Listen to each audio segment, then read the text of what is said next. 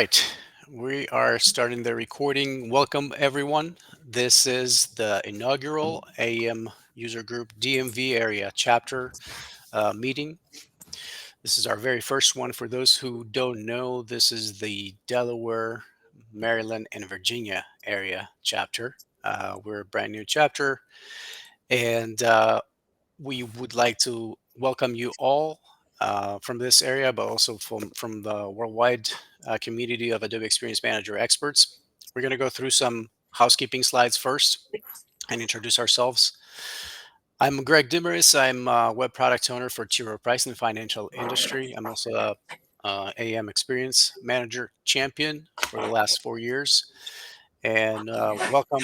You might have seen me in other presentations. I have with me Shashi. Shashi, go ahead and introduce yourself. Hello, guys. Hi, everyone. I'm Shishikant Mulugu. I'm thrilled to be part of this DMV user group and we're happy to present in today's session. Thank, So, coming to me, I've been working with Adobe Experience Manager for over 15 years of career, and I'm specialized in architecting the solutions, leading the complex implementations, and a lot of migrations from AEM 6.5 to cloud. So I'm also recently learning differently on edge delivery services and how the new paradigm shift is being happening. So I'm looking forward to this in meeting and share the real world lessons and learn, and yeah, yep. glad to be here. Sounds good. Yeah, Sashi really was a powerful force behind making this chapter. So thank you, Shashi, for joining us and co-creating the chapter for us. Before we present anything of substance, we go to the next slide. We're going to start with some housekeeping slides. We're doing no self-promotion here or pitching of any kind. It's not okay to do that in Adobe user groups. We do not contact people outside of the user group as well without their consent. And even if somebody shares their information here, please don't share that information without their consent in these meetings. We'll go to the next slide. Thank you, Shashi. So we're recording this. If you are participating right now and you do not want to be in camera or share your opinions here while we're live, recording live, please sign out, and then you can watch the event on demand if you have RSVP'd. A couple of very important events that are happening in the month of November. We got tons of Adobe Experience Manager user groups meetings that are happening in November from Germany all the way to Australia. So feel free to scan the QR code, and that will get you to the AM user groups page where you can register an RSVP for these events. And if you wanted to get an SME badge, subject matter expert badge, real quick, in less than 30 minutes probably, you can scan this QR code and you get to participate in a survey with 20 questions. You answer the questions, and you get the correct answers highlighted. The whole thing is going to take 20 minutes, but if you complete the task by the deadline, you will get the SME badge. So that's a great benefit to take into following this activity here and completing this task. Also, feel free to share your experience. I don't know if Jenna, you wanted to come off mute and talk about this, or I'm happy to. Yeah. So Adobe, we're always looking for customer feedback and we want to reward you for that. So if you were to scan one or multiple of these QR codes, you'll actually get a link to leave a quick review for Gartner Peer Insights. You'll get a $25 gift card as a thank you. It takes no more than 10 minutes. And we're really trying to drive reviews before December 1. So and it's $25 per $25 gift card per review. So if you leave more than one review, you'll get more rewards. So would really appreciate that. And let me grab the links, and I can actually easily pop the links if you'd prefer to have them versus scanning on your phone. So if you want to put them in the chat, that would be great. Thank you. Thank you, Jenna. Thank you. Jenna is the program manager of the Adobe Experience Manager program. So we're lucky and happy to have her here. We'll move on to the next slide. Great event happening for Adobe Experience Manager and Commerce developers on site in San Jose and virtual November 10th through 11th. Also, feel free to register and scan this QR code to get to participate. Also, November 12th in Sydney, Australia. Bangalore is sold out, as you can see, and Basel, Switzerland. So, great events to participate in person or virtual. And lastly, our Delaware.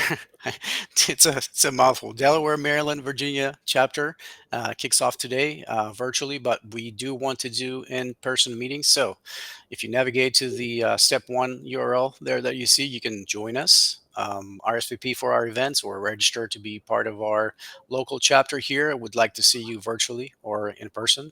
Create an account with the email that you want to have associated with your Adobe Experience Manager user account so you can participate in Adobe Experience League and everything and in this chapter and join the chapter. And once you've joined the chapter, you'll get our notifications for future events and everything like that. So we'll be glad to have you. All right. And with all that said, we can, I think, get started. We're talking obviously today about AEM Cloud versus Classic and navigating the best approach for Adobe Experience Manager for your organization and as a client, as a partner, as a practitioner. So, Shashi, I think you're going to kick it Yep. off. Yep. I can take it up.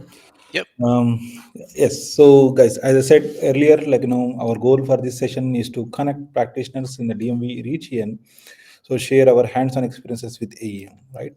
So, let's explore real-world strategies, how Adobe Experience Manager ecosystem continues to evolve, how we got new features in AEM, new paradigms, and how we can migrate complex legacy AEM implementations to cloud service, and discuss about the new opportunities like edge delivery services and universal editor. Okay, so let's go to the next slide. So these are the different AEM platform landscapes we have. So let's start by looking the current options we have. There are four main deployment options. One is AEM 6.5 Classic. The second one is AEM 6.5 long-term support. We can call it as AEM 6.6. Third one is AEM as a cloud service and powered by, there's a great powerful feature called edge delivery services, or EDS in short. Yep. It's a newest kid on the block the last 2 years. Yep. Very powerful indeed. Yep. So let's dig into each option, like how it was designed, what are the different use cases, organizational readiness, understanding their strengths, how they fit into different business scenarios, and let's choose the optimal path for anyone who wants their digital transformation journey. Okay, so let's go to the next slide. Okay, so this is AEM 6.5 for you. So AEM 6.5, I think most of you guys know, whoever heard AEM, they know AEM 6.5. AEM 6, it was released in April 2019 and has been the foundation for many enterprise digital experience platforms. So yeah, the latest service pack is Service Pack 23, and Service Pack 24 is coming soon, right? Yep. And we should say today's the anniversary, Shashi, of Adobe acquiring Day Software. So it's 15 years since then. So it's been a long journey, and that's why Yeah. it's coming to end of life. 6.5 is coming to end of life too. Some things, Yeah. grow too fast and needs change. So Yeah.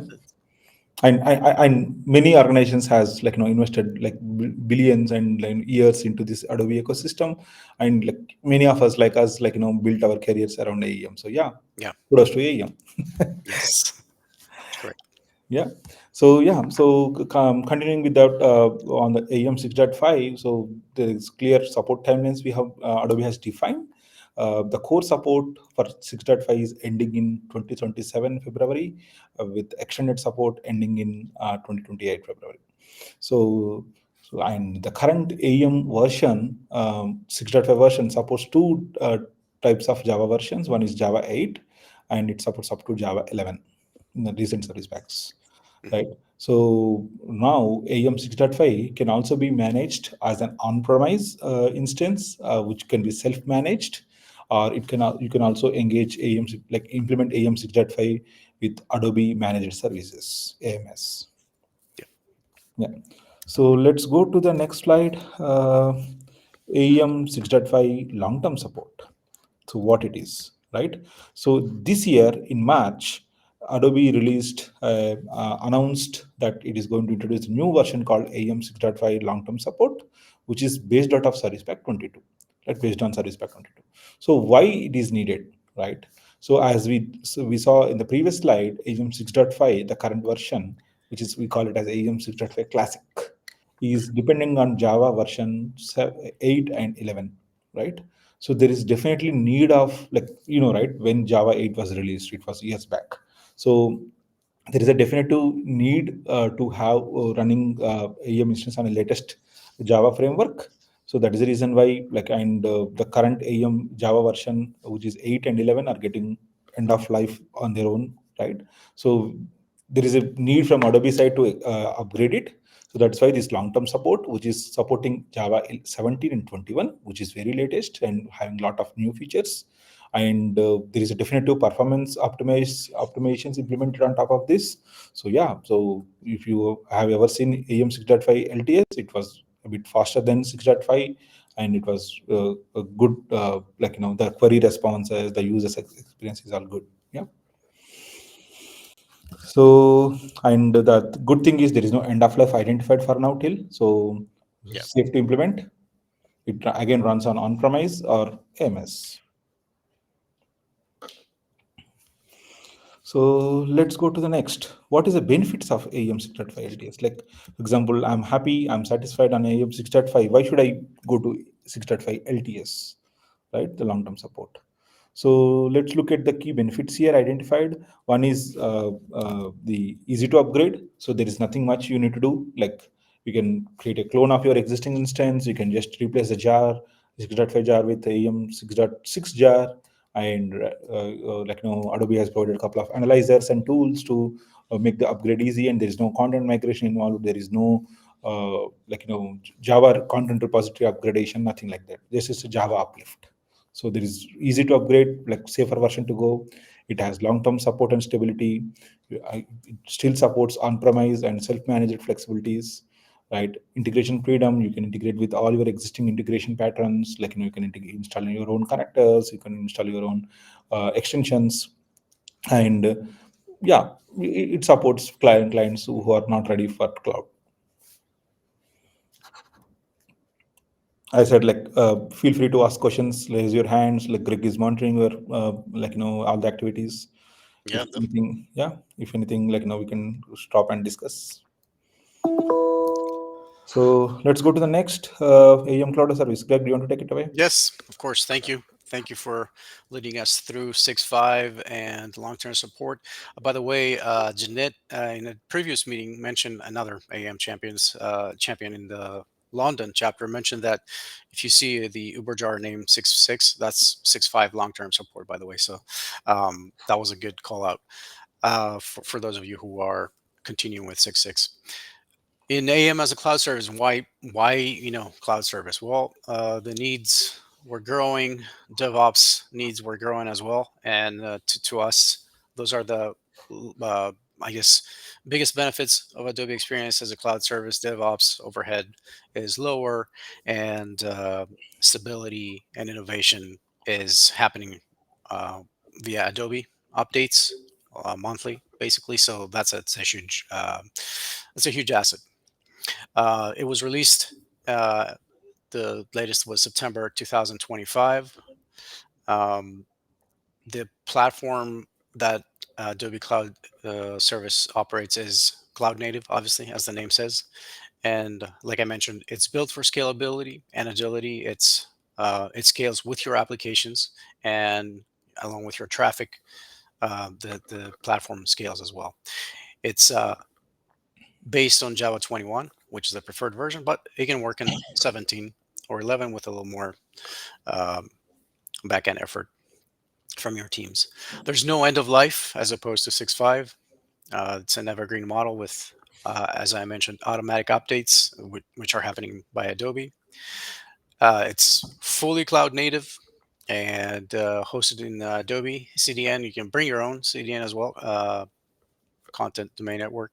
It's ideal for organization embracing cloud transformation, right? That's a big point because if you're moving in a space where you want to stay competitive with peers and competitors, it's good that you jump onto AM as a cloud service, basically. And so, larger companies, medium tier, a level client for Adobe have been making the migration to cloud. That's just the nature of things.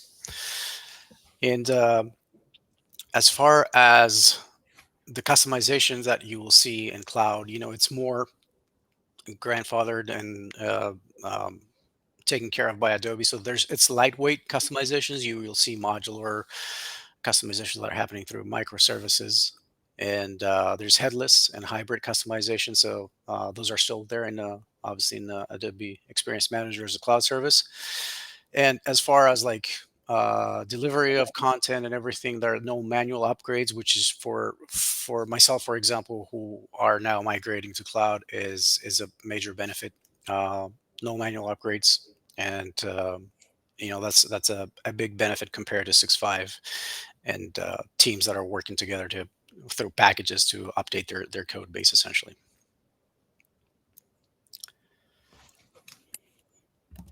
Hey, You can go to Greg. the next. Yes. Sorry, can I ask a quick question about your experience with the cloud? Or have you migrated already, or are you in the process of W- migrating? We're in the process right now. We went through the best practice analyzer that Shashi talked about, which is a Mhm. standard process if you want to have a successful migration. And we're in the process now of like mirroring repositories and making sure content migration starts the right way. We're probably going to take a little bit of time doing that. Uh, and we want to be really thorough with that. We have 36 sites, lots of different languages, MSM, multi-site manager involved. So we're gonna take our time, and obviously, being in the financial industry, we have a lot of enterprise security kind of loops that we have to go through. But yeah, we are at the very early stage of migration right now with our implementation partner. When you guys were doing your discovery for this, do you utilize Workfront? Uh, Workfront is we haven't kickstarted the Workfront integration yet. That's coming in the new year for us. But yeah, it's part of our integration. I'm not in the Workfront team Mm. or the integration team, but it will be much easier to connect Workfront with cloud service than it would be with 6.5. Yeah, Uh, that's what I was kind of getting to. I wanted to know yeah. how you thought about the native connector versus the enhanced connector and so forth. Yeah. It's much easier in the all these services and ancillary stuff that you see now with AI. That's why I mentioned earlier the momentum is to move to cloud because you're taking care of like sites optimizers, like as far as AI agents are concerned. LLM optimizer was coming up, and it was announced a couple of weeks ago by the digital experience team. All these benefits and features. It takes a while to scale up to that and match Mhm. the sophistication, so to speak, of like the new architecture. But once you get there, that's the scaling part because it works with the rest of the products. And again, scalability and innovation are the key benefits, but you do have to have readiness as far as your integration is concerned. Um, Probably it's better to do for larger clients with multiple repos, like and different teams working together is better to do with a implementation partner, I guess, than just have your teams work directly with Adobe. And the governance model of like releasing your code, how it works, you need to have unified calendars and everything to Mhm. make life easier. That's another consideration. Thanks. Sure. Okay, we can go to the next slide. Yeah, I had that diagram there. This is a diagram, the graphic that you can find in the Adobe Experience Manager onboarding and in the Adobe Experience League side. We're not going to go through it in detail, but it shows kind of the different mindset in architecture and how content is pushed in different environments in Adobe Experience Manager as a cloud service versus 6.5. Okay, we can go to the next. Yeah, we already mentioned those. I don't want to kill you by bullets here, but obviously the scalability and resilience of Adobe Experience Manager, and the fact that it's always up to date, huge benefits. It's always available and performant because Adobe's directly involved. There's no operational overhead when it comes to your DevOps, or very little. If you're in the financial industry like me, um, modern DevOps enablement is there, continuous integration and deployment, and you have flexibility to work with headless and QA GraphQL and single page applications as well, with your existing content fragments and GraphQL. And of course, innovation is always there because it happens every month. Updates and feature updates are happening on a regular basis, so it's a much smoother process versus doing it internally with your team. Yep. And I want to add one more here point here, like about the new features which is being released by Adobe, Yeah. not on directly on the AEM Cloud platform, but on the other Experience Cloud products, Hmm. be Hmm. it AJO, be it Gen Studio, be it like campaigns or whatnot. Like we can directly now integrate those Experience Cloud products with AEM as a cloud service AEM instances, Yeah. which is missing in 6.5 versions. Yeah, that's a great point. So that's what. So if you want to build a complete content supply chain kind of use cases where like you want to leverage the whole Experience Cloud products, then Yes. yes, AEM Cloud will be your right fit. Yeah, if you haven't seen the India chapter presentation on cloud, you'll see like Venkatesh and Devanshu were explaining all that in detail. Feel free to watch that. You'll see how everything connects. Instead of using like piecemeal software, from design to your content management platform to everything is now you know under one umbrella with Adobe tools. Right.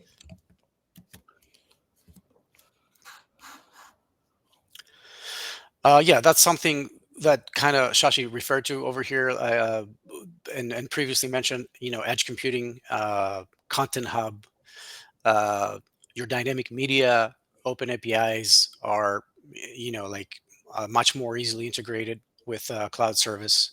You have Experience Hub, which, you know, um, if you're a marketer, digital marketer, digital experience user expert, you get a lot more out of your cloud service. If you're a developer, you have rapid development environments to work with your team, local development, support local development, so everyone is more on the same page about what's happening development wise. Um, there's a canary production deployments and beta stage, like you mentioned here, Shashi, I think in the notes, and obviously things that were um, shown in last year's summit, like Sites Optimizer, where it shows you where you might be having challenges with your websites, your traffic, URLs, anything like that. That's a great feature to have in the Experience Manager. And Shashi mentioned already the integrations with our Adobe Experience products, Gen Studio for marketing. I can see Adobe Express being used more for design. JO, Journey Optimizer, AJO, as we call it. All of these tools are on your tool belt now with cloud service.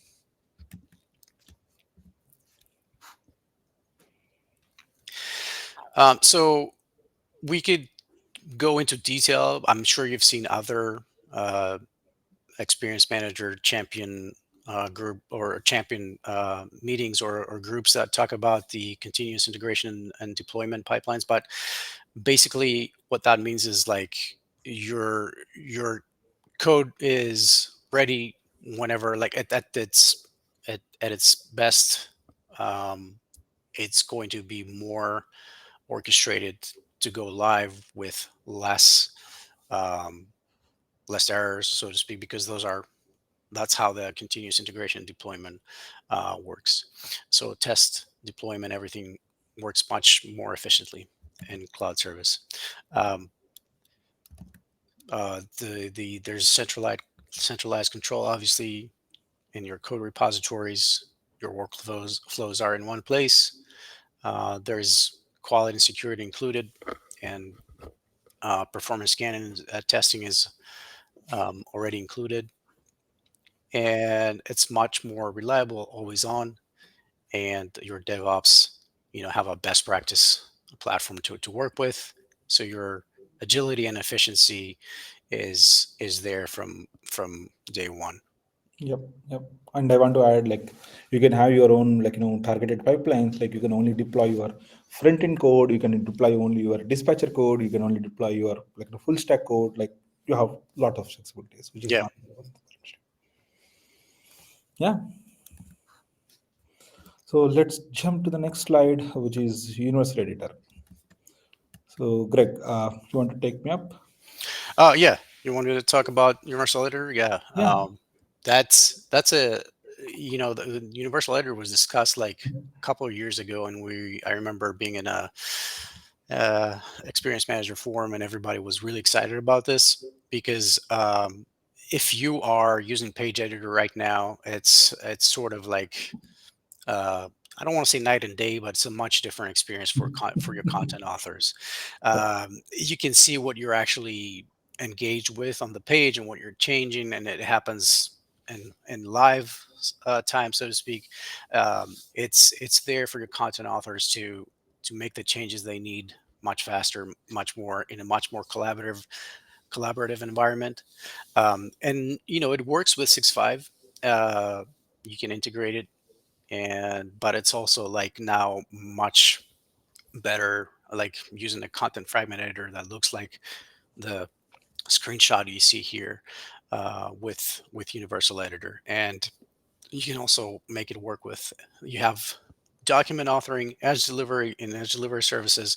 You have the Universal Editor, and you have your usual, and Shashi will talk about the usual Google Docs and SharePoint content authoring. So really, you have a trifecta of like a flexible content authoring in all platforms and systems. But Universal Editor and Adobe Experience Manager as a cloud service is a win-win for everyone.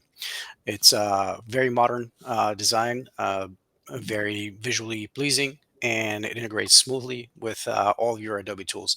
And Workfront, you can see that's where the integration is to answer the question from before. Like, you can have a better picture of what you're working on, and your content authors have better access to seeing projects and things that are happening in Workfront, and Universal Editor just completes that picture of like complete content authoring supply all the time.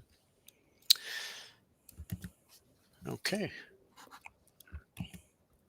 Yep. So, edge delivery services. So, this is a game changing, rapidly and evolving Adobe's modern composable architecture, I would say.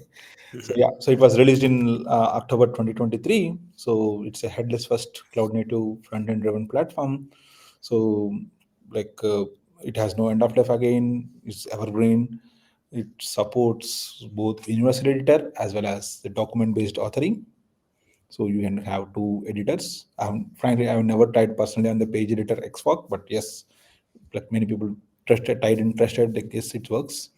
So what is ideal for edge delivery services? It's performance focused, right? It's modern websites.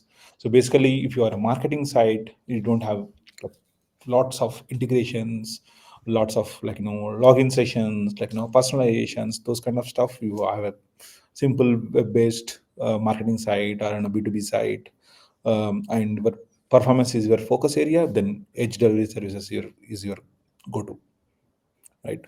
So it has customizations, it has you can, like, in AEM we call components, in edge delivery services we call it as blocks, Yep. and it has a markdown with the Git repository. So you don't need to write your own HTML output, right? Yeah. So basically, you create content within your universal editor or in your document-based authoring experiences, or even in your directly in Google Docs or SharePoint, and that's it. You create content Your developer will create blocks, and Adobe will marry this content on the blocks and show the web page. Yeah, it's decoupling the front end from the back end, so that's the benefit of a more CSS and JavaScript based front end. Yeah. Yep. So let's go to the next slide. Edge delivery services performance first architecture. So what it is, right? So basically, as I said, like the performance is the key game changer here. So the content rendering is done in phased manner.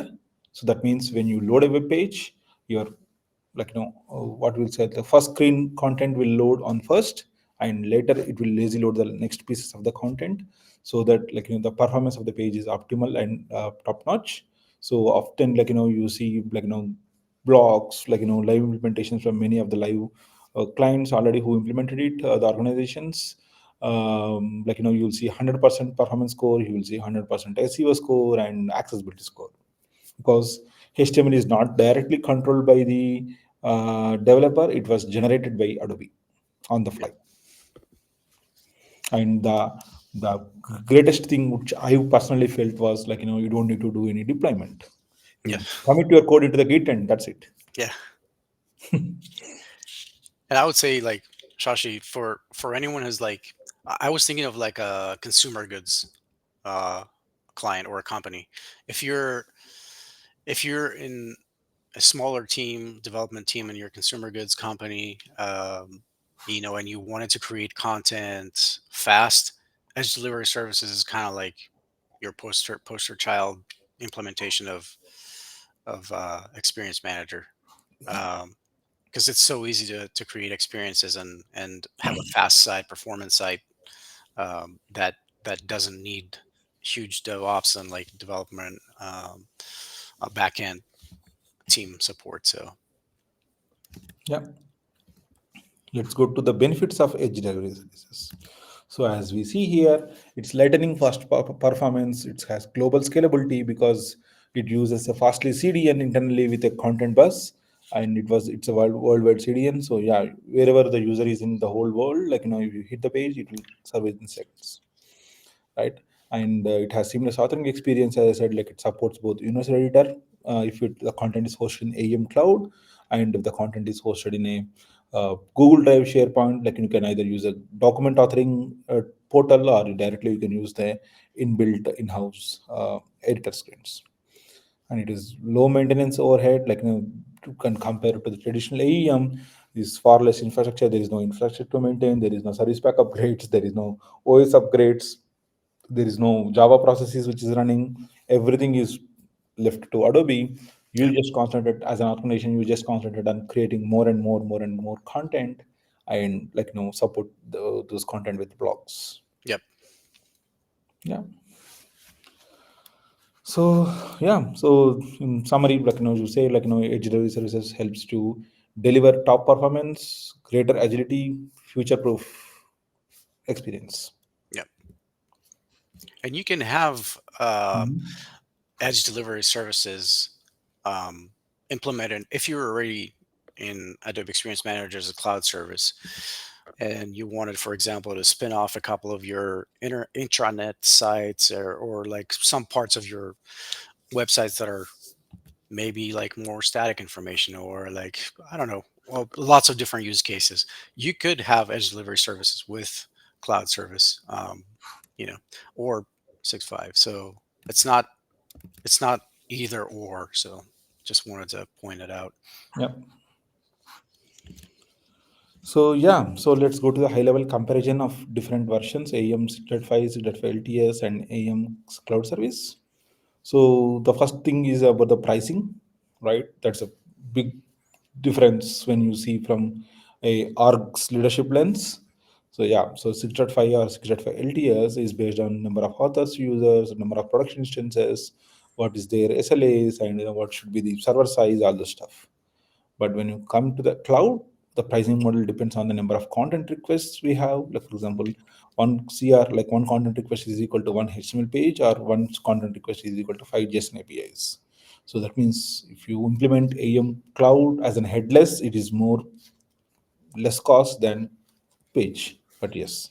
That's what the pricing model is offered by Adobe. And infrastructure scaling, like in both 6.5 and LTS, it is customer managed. If be it on-prem, be it AMS, you need to decide like when to scale your infrastructure or when to downscale your infrastructure. But when come to the AEM Cloud, it is auto scale based infra. Still, you need to work with your Adobe representatives to see like how far the scaling has to happen. Like, are you paying for like scaling up to 10 publishers in a given point of time, or only 6 publishers in a given point of time with the default of 2 publishers? These kind of things you need to work out with, but the scaling is automatic once you configure it. And coming to the CDN, so in 6.5 and 6.5 LTS, it's external, be it Akamai, Cloudflare, like whatever the CDN you choose. But in AEM Cloud, it comes with a default inbuilt Fastly CDN. Either you can use it or not, don't use it, but yes, that's what Adobe provides us. And if you're having a CDN on top of your, like you are bringing your own CDN, then you can like make Fastly as a bypass CDN. You just don't configure anything on the caching layer because it will be too much caching. Your dispatcher, your Fastly CDN, and your own CDN, right? So you don't want to do 3 layers. So you can make Fastly CDN as a bypass, like proxy. Yep. And coming to Java support, the current 6.5 at max supports Java 11, and 6.5 LTS, as we spoke, it supports Java 17 and 21, and AEM Cloud 21. So yeah, so if you want to be on the latest Java platform, utilize the core processes well. Yes, Cloud is a go-to guy. Universal editor, yes. So in 6.5, as Greg said, like in 6.5 also we have some pieces of universal editor, but it has limited features. It only supports headless pages, those kind of stuff is there. But cloud service, we have full variant of universal editor, like you can try it out everything. Yeah, and coming to the edge delivery services, so in 6.5 and LTS, we don't have that edge delivery services directly configured, but in cloud service, we have that edge delivery services, so you can deliver your pages faster and quicker. So these are some niche features we have, like content fragment exports, integration with Adobe, other Adobe products, Gen AI features. Those are all very limited in, not available, or limited in 6.5 and LTS. But when coming to the cloud, you have like it's a cloud first rollout. So like all the new features comes to cloud first, and then if possible, if required, if demanded by the orgs, then depending on the type of product or type of technology they use internally within the feature, then Adobe may decide to port it back to the lower versions, but it's all cloud first rollouts. Yep. Okay, so now let's decide. What do you? Yeah, it's like time's kicking now. It's all good. So there is this the QR code in the discussion that you had, Shashi, in Adobe Experience League, or yeah, yeah. So I think Shashi started a discussion in Adobe Experience League, and um, the URL is provided there, also the QR code. Um, it it's basically a good way to get engaged in Adobe Experience League and see what others are saying about Adobe Experience Manager as a cloud service versus 6.5, and whether it's um, the right AM path for you. But yeah, so um, if you check that and you go into Experience League, you'll see a lot. And thanks for posting that in the chat as well. You'll see like the discussion and all the back and forth, because I think even if you didn't hear anything in this presentation, just the conversation itself that Shashi started has very valuable points in there. There are community advisors and product folks from Adobe and partners and clients who have contributed to that conversation. So it's really key. If you don't hear, a lot of stuff that are interesting in this meeting, you definitely will get it from that discussion, basically. Yeah, yeah. So to touch some points out of it, like you need to choose, like you want evergreen upgrades versus you want to go with manual upgrades. Like, do you want to control over your upgrades, like when to go for a next level upgrade? Yeah. Or like, for example, if you want an auto scaling integrated cloud, or you want a self-managed cloud, like I need to like manage my infrastructure, right? Do you want modern features like as the cloud first rollouts, or do you want like the current systems is, if you feel like my current system is already safe, already stable, I don't want to touch it, Yeah. then yeah, that's what. So another future proofing versus control, like what kind of integrations you have, what kind of connectors you have, if you want to control over there, or you want to have a future based future proofing, as we discussed about Workfront, right? Yeah. So you have enhanced connector versus a native connector in cloud. So those kind of things will be your game changers in the decision. Yeah. Yeah. I think that overall, that's why we mentioned in the beginning we wanted to have the Delaware, Maryland, Virginia chapter. Think about getting together, doing more virtual meetings, but the which path fits each one of the chapter members here is a conversation that will be ongoing, and we can talk about customizations and uh, cloud native, uh, updates and improvements that you have within the product. So um, it's a huge benefit to have local chapters. Basically, that's what I'm trying to get to. And so we would love to have you, if you're listening or watching this on demand, reach out to us, either at advocacy@adobe.com, or reach out to us and through the Adobe Experience League, and we can talk more about what we've been talking here in this meeting, but also the which path fits you here too.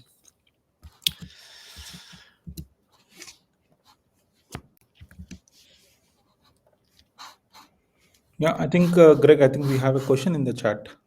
Okay. Does EDS work independently, or can it collaborate with an external CDN? And do you recommend that approach?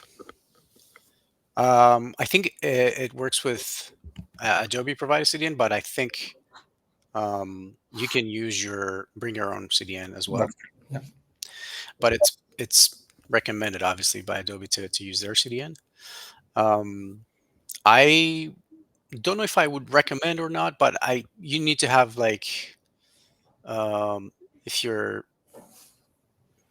if your DevOps, your dev teams are good, um, yeah, there's no problem with using your own CDN. And it depends on like enterprise security too. Like we have an aggregator, so Yeah, and it also depends on is entire the website is on ADS or HW services, or is it like scattered across different side, technologies? yeah, So yeah, so anyway, if you already have a CDN, then yes, it is good use to that. integrate that CDN on top of EDS website domain. And if you don't have an existing CDN in place, then yes, you are good to use the Easier to use Adobe the provided. Adobe. Yep, yep, Super helpful. Thank you. sure.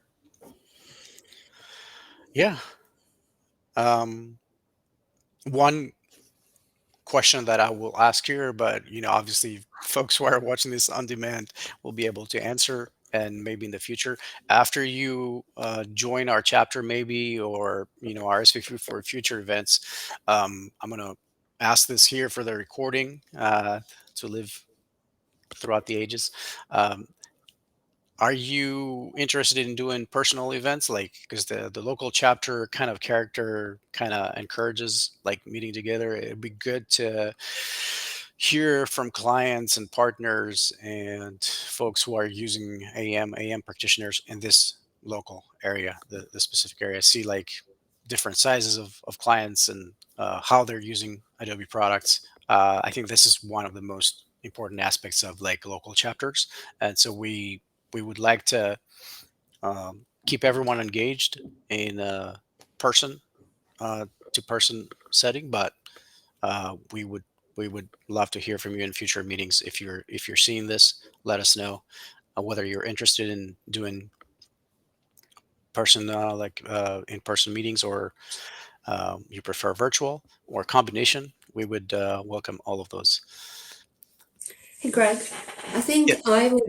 I'd be open to both. Virtual is definitely a lot easier when you think about people's schedules and things like that. Yeah. One thing that would be interesting is that if we did do a live in-person event, where that would be.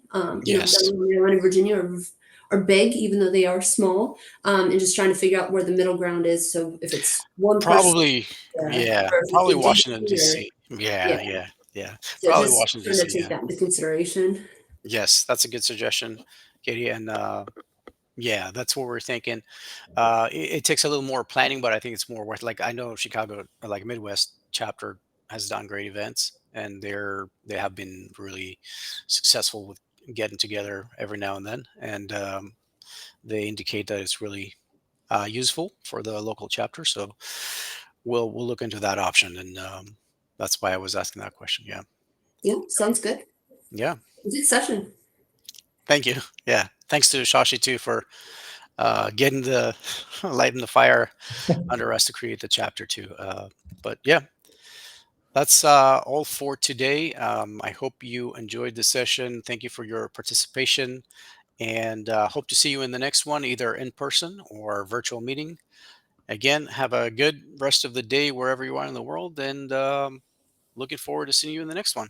Thank Thanks, you, guys. everyone. Bye Bye. bye. Thanks, everyone. Bye.